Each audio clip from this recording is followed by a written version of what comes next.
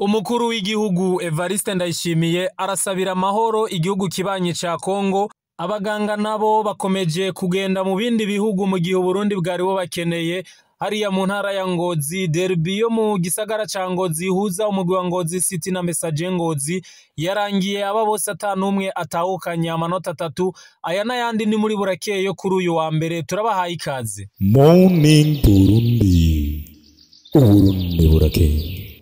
Turabahaye ikaze muri burakeye kuri uyu wa mbere, aho tugiye kugaruka ku makuru yazindutse aravugwa hirya no hino mu Burundi no mu makungu. Amakuru tukaba tugiye kuyatangurira hariya mu ntara ya Ngozi, aho umukuru w'igihugu yasengeye agasengera igihugu kibanyi ca Kongo gisanzwe kiri mu ntambara.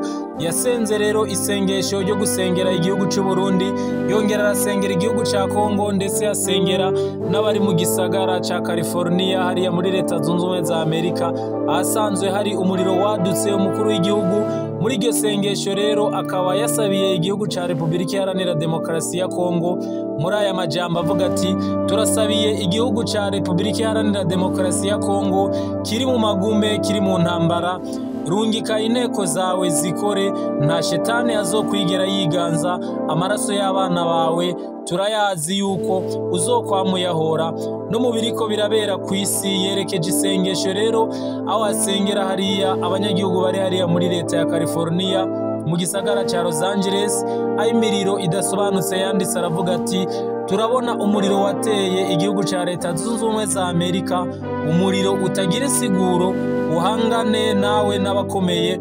Abarundi turasabiye leta ya California mu gisagara ca Los Angeles, ubukomezi bwawe nibwiyerekane, ujya muriro uzime. Umukuru w'igihugu rero akaba yariko arasengera igihugu, yongera asengera n'abarundi, akaba yasenze ashimira Imana yuko Imana hari byinshi yatugejeje ko mu mwaka urangiye 2024, kandi yuko ayizigiye kubyo iriko irakora kandi izodukorera muri uyu mwaka. Umukuru w'igihugu rero akaba yasengeye igihugu ca Republika Iharanira Demokarasi ya Kongo mu ntambara ikomeye gisanzwe kiriko kirahangana n'umutwe w'abagwanyi bari mu mugwi wa M23. Uyu mugwi wa M23 usanzwe uriko uratera ibitero bidasanzwe mu gisagara ca Goma. Rero uwo mugwi ukaba uriko uratera ibitero bikomeye, aho uyu mugwi umaze kumenyesha yuko wamaze gufunga ikirere c'indege c'Igoma, ndetse ugasaba abasirikare bariko bafashanya na Republika Iharanira Demokarasi ya Kongo kugwanya uyu mugwi yuko bomanika ibigwanisho hejuru, bakamanika amaboko kandi bakongera bakareka kwica abanyagihugu baho hantu. N'uyu mugwi wa M23 rero uvuga yuko wamaze gukikuza aka gace k'Igoma. Uyu mugwi ukaba uherutse no kwica urongoye igisirikare muri ako gace ka Goma, aho yaragiye ahitwa Isake, agiye kwifatanya n'abasirikare biwe ku rugamba bari barimwo, kugira ngo abatere intege, yongere abapangire imipango y'ingene urugamba rugiye kugenda. Ni mu gihe kandi imigenderanire ikomeje kuba nabi hagati ya Republika Iharanira Demokarasi ya Kongo n'u Rwanda, aho iki gihugu c'u Rwanda rero gisanzwe cagirizwa yuko gikorana n'uyu mugwi wa M23. Igihugu ca Kongo rero kikaba gisanzwe gifitaniye ibibazo bikomakomeye n'u Rwanda, aho rero ni mu gihe izi ntambara zikomeje. Republika Iharanira Demokarasi ya Kongo ikaba yamaze kugara ubuserukizi bwayo hariya mu gihugu c'u Rwanda. Ni mu gihe kandi u Rwanda nabwo rusanzwe rutari rusigaranye ubuserukizi bwabwo hariya mu gihugu ca Republika Iharanira Demokarasi ya Kongo. Ivyerekana yuko imigenderanire hagati y'ibi bihugu atari myiza na gato. Umushikiranganje w'imigenderanire n'amahanga rero mu gihugu c'u Rwanda akaba yabishikirije aciye ku rubuga rwa X rwahoze rwitwa Twitter, aho yavuze yuko u Rwanda rero nta buserukizi rwari rusigaranye hariya muri Republika Iharanira Demokarasi ya Kongo. Ni nyuma rero y'ikete ubushikiranganje bw'imigenderanire n'ayandi makungu muri Republika Iharanira Demokarasi ya Kongo bwarungikiye ubuserukizi bw'u Rwanda i Kinshasa ku muhingamo rero wo kuri uyu wa 26/0/2025. Muri urwo gwete Republika Iharanira Demokarasi ya Kongo ikaba imenyesha ko yatumye ko abayiserukira mu Rwanda.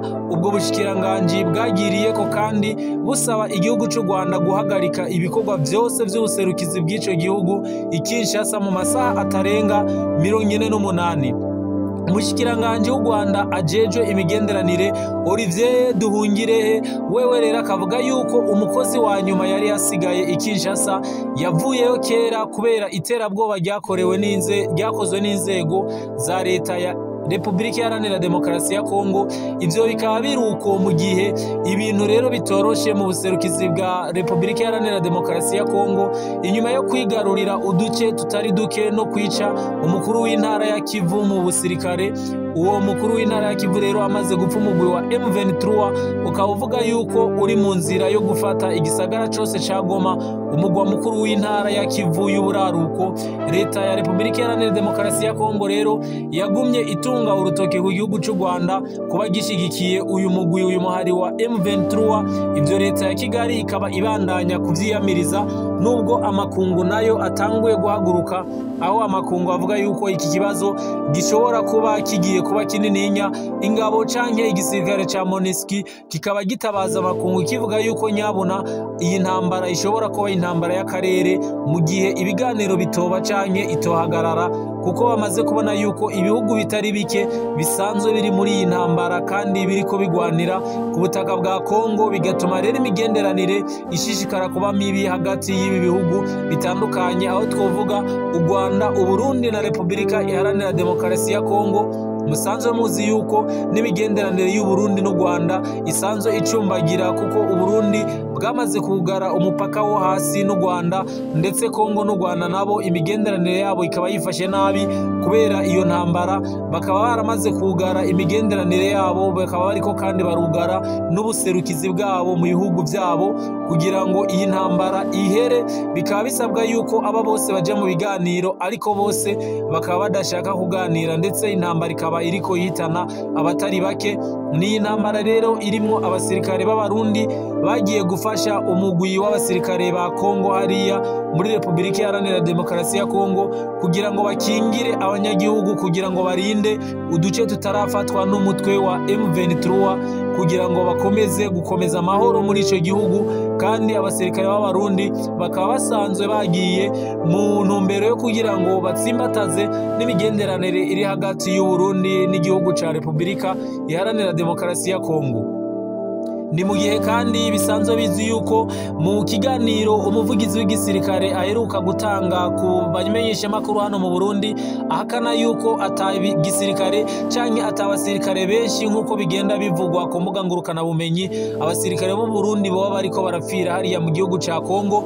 Akaremesha abarundi avuga yuko abarundi bahagaze neza kandi ku rugamba basanzwe bakurikirana ibiriko biraba, akavuga yuko bababazwa n'umwe wese abapfuye, kandi akavuga yuko ibiharuro canke amasura yerekanwa ku mbuga ngurukana bumenyi y'abasirikare birirwa barapfa b'abarundi ivyo atari byo na gato, ahubwo akavuga yuko abariko babikora rero bafise izindi ntumbero, akanabasaba kureka, akanasaba abarundi kutumviriza abashaka kubaca umutwe canke abashaka kubaca umutima, bababwira yuko abasirikare babo canke abana babo bariko barapfira hariya muri leta iharanira intwaro rusangi ya Kongo. Ahubwo akavuga yuko abarundi bagiye gufashanya na Kongo, kandi agahakana yuko atabasirikare amajana 200 b'abarundi baba barapfiriye muri iyi ntambara. Akavuga yuko n'abapfuye bafise ukungene bavugana n'imiryango kugira ngo imiryango bayishikirize ivyabaye, ariko akavuga yuko ababicisha ku mbuga ngurukana bumenyi arabashaka guteranya abarundi, arabashaka guca umutima abarundi n'abarundi kazi b'abasirikare basanzwe bari muri ico gihugu ca Republika Iharanira Intwaro Rusangi ya Kongo. Ano makuru tuyabandanirize mu gisata c'amagara y'abantu, aho abaganga b'abarundi babandanya kugenda gukorera mu bihugu vyo hanze. Batatu b'inzobere rero bakaba baherutse kuronka uruhusha rwo kuvura muri Nouvelle-Calédonie, akarere kari hariya mu gihugu c'Ubufaransa. Tukaba tubisanga mu itangazo rya Nouvelle-Calédonie ryasohowe kuri uyu wa 27 Munyonyo 2024. Abo baganga hakaba harimwo Jean-Claude Hakizimana avura abana pediatre, Daniel Nduwayo avura ibijanye n'ingwara zo mu bwonko neurologue, akaba kandi yahora atwara igisata ca medicine interne muri kaminuza y'u Burundi Centre Hospitalo Universitaire do Kamenge, hamwe na Angelique niyo kindi avura ibijanye n'ingwara zo mu magufa Rheumatology nk'uko rero iryo tangazo ribishikiriza, abo baganga bararekuriwe gukora umwuga wabo muri ico gihugu, maze mu mavuriro yose yaba ayabigenga canke aya leta ndetse n'ayo mu gihugu hagati.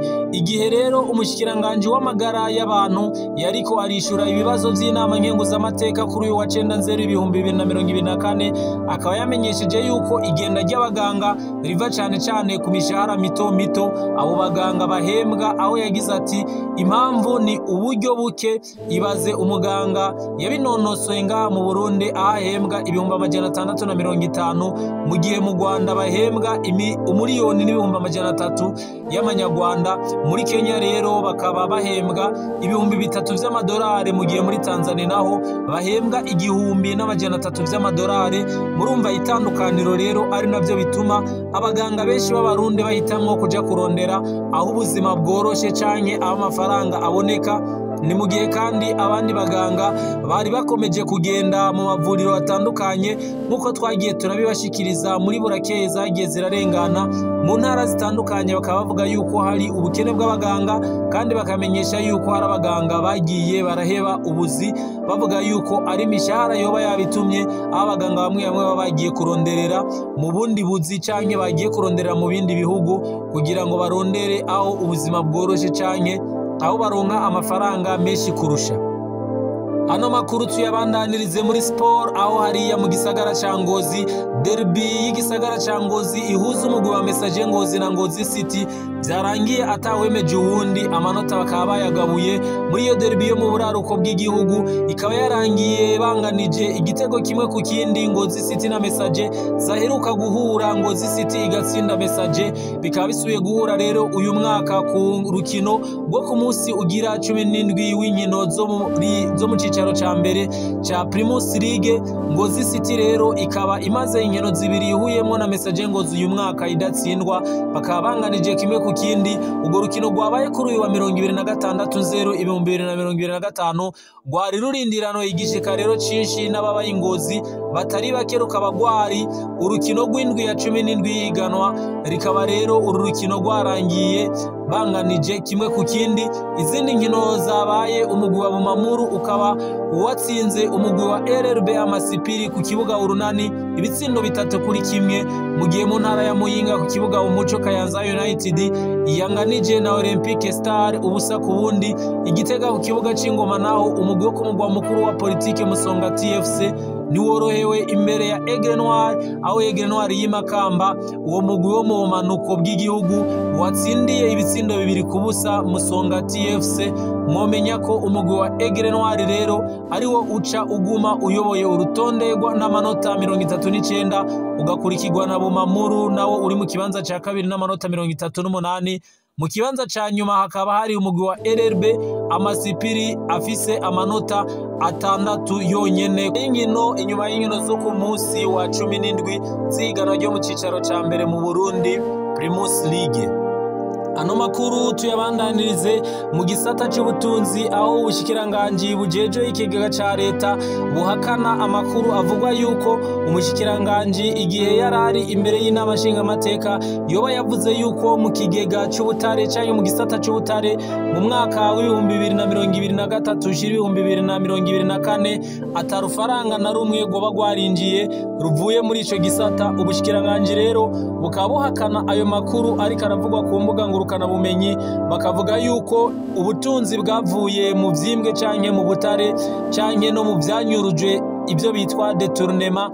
Mu mwaka w'2023/2024 inyishu zatanzwe n'umushikiranganje zitandukanye n'ivyo bagenda bavuga, kuko bavuga yuko ubutare kije ibice bigera kuri 75%. Ni mu gihe kandi ngo amafaranga yari yaranyuruje yategerezwa yagarukanwe ku bice 109 n'ibice 3%. Akavuga yuko rero amakuru aca ku mbuga ngurukana bumenyi atariyo na gato, atari ivyo yavuze, ivyo banditse bitandukanye n'ivyo yavuze nk'uko abantu benshi bagiye babisoma. Akavuga yuko rero urugero rwagezwe ko canke urugero rwo kugarukana amafaranga yari yaranyuruje bagereranije n'ivyo bari biteze. Avuga yuko ibice 81% vy'amafaranga yari yaranyuruje yashoboye kugaruzwa, aho ni mu gice c'amafaranga yategerezwa gukoreshwa na leta y'ibihumbi 2023 ushira ibihumbi 2024. Ano makuru tuyarangirize mu makungu aho nubwo Israeli na Hamas bahanye akaruhuko, Israeli rero ikaba ikomeje ibitero, ikaba yabikomereje muri Libani, aho mu bumanuko bwa Libani abantu 22 bapfuye mu bitero by'amabombe yatewe na Israeli, ndetse rero ubushikiranganje bwaho muri Libani bukaba buvuga yuko hari n'abandi benshi bakomeretse. Ni mu gihe Israeli ivuga yuko iri kirondera abagwanyi ba Hezbollah ndetse n'abandi bansi bayo boba binyegeje mu mazu ya hariya muri Libani. Israeli rero ni mu gihe iri mu gahengwe yahanye na Hamas hariya muri Gaza. Ni mu gihe kandi umukuru w'igihugu mushasha wa Leta Zunze Ubumwe za Amerika Donald Trump avuga yuko aka gace ka Gaza azogakorera ko cyane, akavuga yuko agiye gukubura umutwe wa Hamas.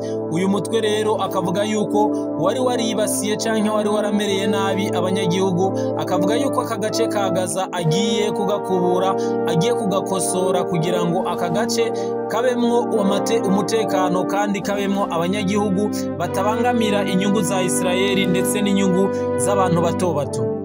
Donald Trump rero akavuga yuko atazotinya no gukurayo abanyagihugu bari ngaha mu gace ka Gaza kugira ngo abarungike bagende kuba muri Egiputa, maze ahe amahoro aka gace gasigare yaragace gakubuye. Aho avuga yuko rero atazotinya gukora buri kimwe kugira ngo kano gace agakubure gasigare aragace yagizemwo isuku neza, kuko aka gace kabangamiye inyungu za benshi kandi aka gace kamaze kononona amabombe ya Israeli, aho Israeli yari kirondera abagwanyi b'umutwe wa Hamas bari binyegeje mu binogo ngaho muri Gaza. Rero umukuru w'igihugu mushasha wa Leta Zunze Ubumwe za Amerika Donald Trump akavuga yuko aka gace agiye kugakorera ko agakubure, aka gace agashire mu isuku ntikazosubire kubonekamwo akajagari. Turabashimiye mwebwe mwese mwakurikiranye iyi Burakeye kuri uyu wa mbere, tubifuriza kubandanya mugira ibihe byiza. Imana ibahezagire, mushikare mukurikirana amakuru ya Burakeye misi yose mu gatondo, kandi mushikare mugira ibihe byiza. Musangiza aya makuru rero abatandukanye munadukurikirana ku mbuga zacu, haba kuri Facebook, kuri X cyangwa kuri Instagram, hose mukurikirane Morning Burundi. Tubifurije kugira ibihe byiza aho muri hose, mubandanye mugira amahoro na utaha. Morning Burundi, uburundi burakeye.